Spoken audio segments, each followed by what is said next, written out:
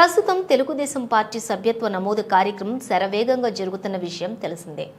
మరికొన్ని రోజుల్లోనే సభ్యత్వ నమోదు చారిత్రాత్మక మైలురాయిని చేరుకోబోతున్న నేపథ్యంలో కోటి మంది కార్యకర్తలకు ప్రమాద బీమా కల్పించేలా పార్టీ జాతీయ ప్రధాన కార్యదర్శి నారా లోకేష్ ఇన్సూరెన్స్ కంపెనీతో అవగాహన ఒప్పందం కుదుర్చుకున్నారు.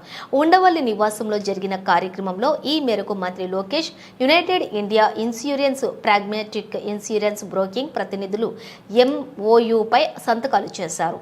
కోటి మంది కార్యకర్తల కోసం ఒకే మారు ఇన్సూరెన్స్ సౌకర్యం కల్పించడం రాజకీయ పార్టీల చరిత్రలోనే ఇదే ప్రథమ ఒప్పందం ప్రకారం.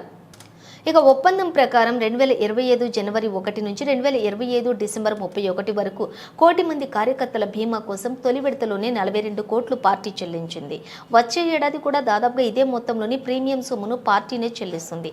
ఈ ఒప్పందం ప్రకారం కార్యకర్తలకు 5 లక్షల ప్రమాద బీమా కూడా లభిస్తుంది. కార్యకర్తల సంక్షేమ నిధి సారథిగా యువనేత నారా లోకేష్ బాధ్యతలు చేపట్టాక క్యాడర్ సంక్షేమమే లక్ష్యంగా విప్లవాత్మక నిర్ణయాలు తీసుకున్నారు.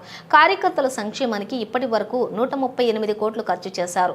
గత అరాచక ప్రభుత్వంలో కేసుల్లో ఇరుక్కున్న క్యాడర్ కోసం న్యాయ విభాగాన్ని ఏర్పాటు చేశారు. వివిధ ప్రమాదాల్లోని దెబ్బతిన్న కార్యకర్తలను ఆదుకునేందుకు కేంద్ర కార్యాలయంలో ప్రత్యేక సెల్ను ఏర్పాటు చేశారు. మృతి చెందిన కార్యకర్తల పిల్లల కోసం హైదరాబాద్తో పాటు కృష్ణా జిల్లా చెల్లపల్లిలోని ఎన్టీఆర్ ట్రస్ట్ తరపున రెసిడెన్షియల్ స్కూళ్లు కూడా ఏర్పాటు చేసి ఉచితంగా విద్యను అందిస్తున్నారు. కుటుంబ సభ్యుల మాదిరిగా పార్టీ క్యాడర్ను కంటికి రెప్పలాగా కాపాడుకునేందుకు లోకేష్ చేస్తున్న కృషిపై కార్యకర్తలు హర్షాతిరేకాలు వ్యక్తమవుతున్నాయి.